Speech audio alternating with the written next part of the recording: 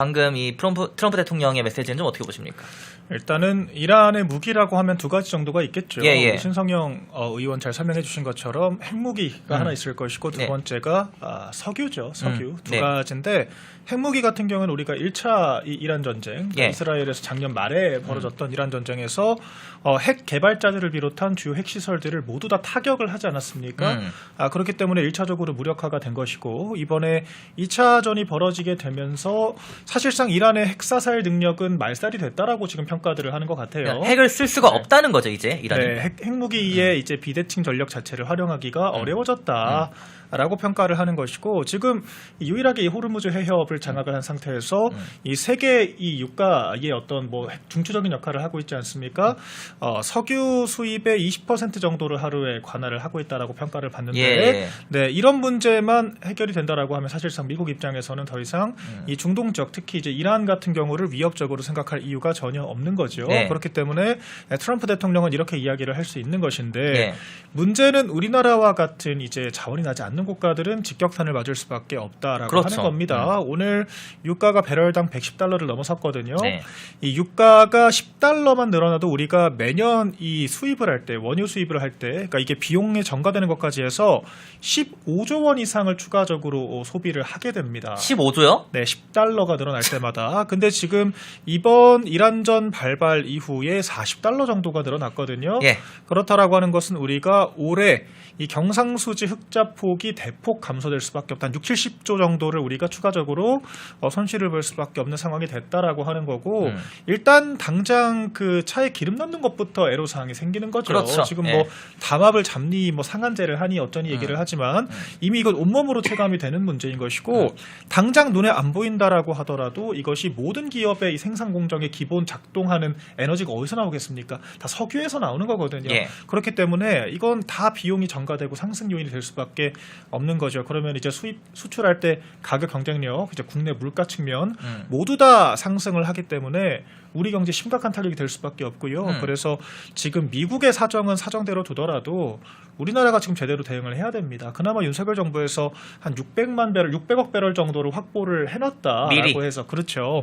그러니까 그걸로 우리가 방어를 할 수 있다라고 하는데 그건 이번 정권의 공이 아닌 거잖아요. 이번 정권에서는 어떻게 이런 좀 유사 상황에 대해서 대응을 할 것인지 확실한 좀 로드맵이 있어야 할 것입니다. 신승현 의원님, 이 트럼프 대통령의 발언은 저희가 좀 어떻게 해석을 해야 될까요?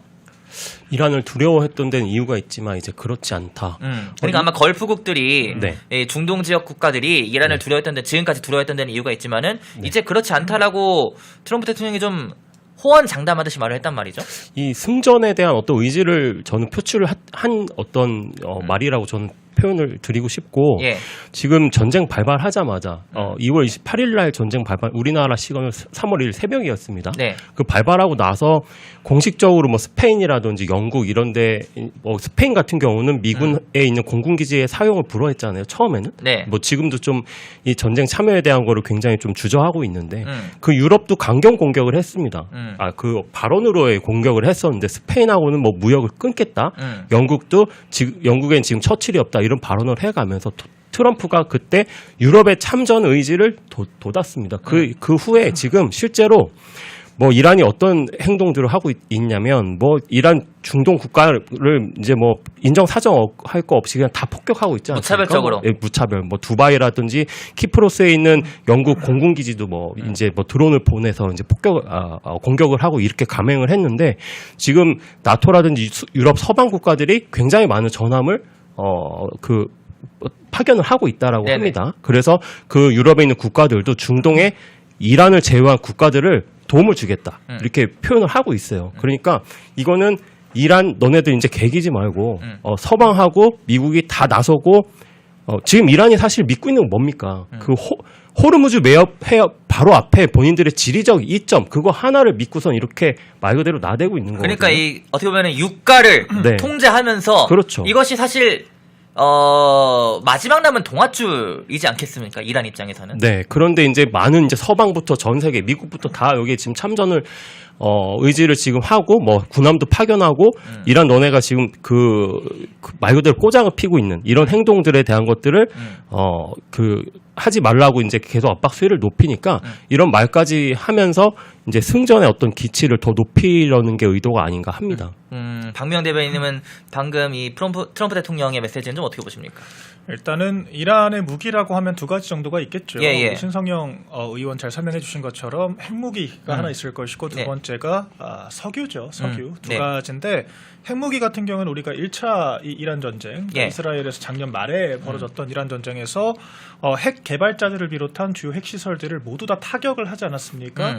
그렇기 때문에 1차적으로 무력화가 된 것이고 이번에 2차전이 벌어지게 되면서 사실상 이란의 핵사살 능력은 말살이 됐다라고 지금 평가들을 하는 것 같아요. 핵을 쓸 수가 없다는 거죠, 이제 이란이. 네, 핵무기의 이제 비대칭 전력 자체를 활용하기가 어려워졌다.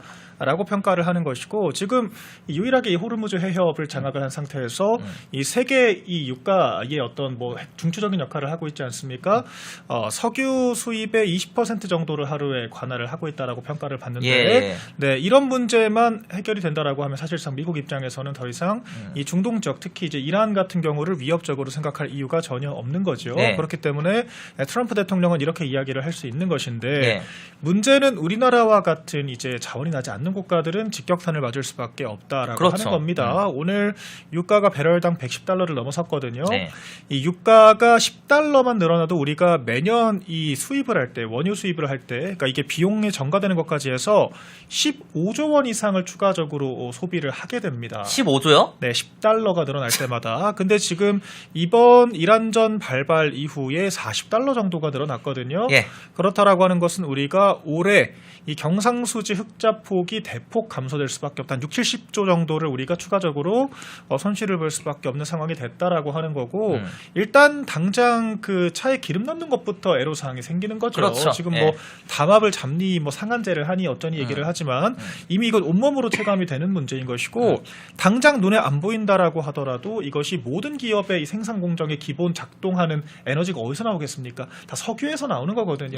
그렇기 때문에 이건 다 비용이 전가되고 상승 요인이 될 수밖에 없는 거죠. 그러면 이제 수출할 때 가격 경쟁력, 이제 국내 물가 측면 모두 다 상승을 하기 때문에 우리 경제 심각한 타격이 될 수밖에 없고요. 그래서 지금 미국의 사정은 사정대로 두더라도 우리나라가 지금 제대로 대응을 해야 됩니다. 그나마 윤석열 정부에서 한 600억 배럴 정도를 확보를 해놨다라고 미리. 해서 그렇죠.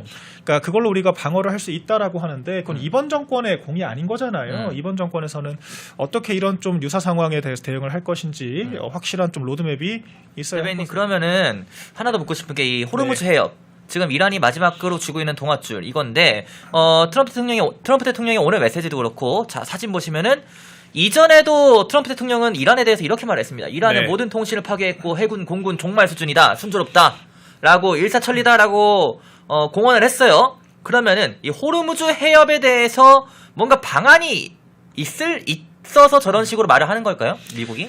그런 암시라고도 볼 수 있죠. 그러니까 두려워했던 데는 이유가 있었지만 핵심은 여기 있는 거죠. 이제는 그렇지 않다라고 하는 것은 어떤 식으로든 이란 측에서 틀어막고 있는 그런 전략 자산들에 대해서 무력화시킬 준비가 미국에는 되어 있다라고 하는 건데 우리가 트럼프 대통령의 이런 이야기들이 공수표가 아니라고 하는 것을 이미 경험적으로 확인을 했죠. 공수표가 아닌 것은 뭐 마두로 때도 카메네이지 다 보지 않았습니까?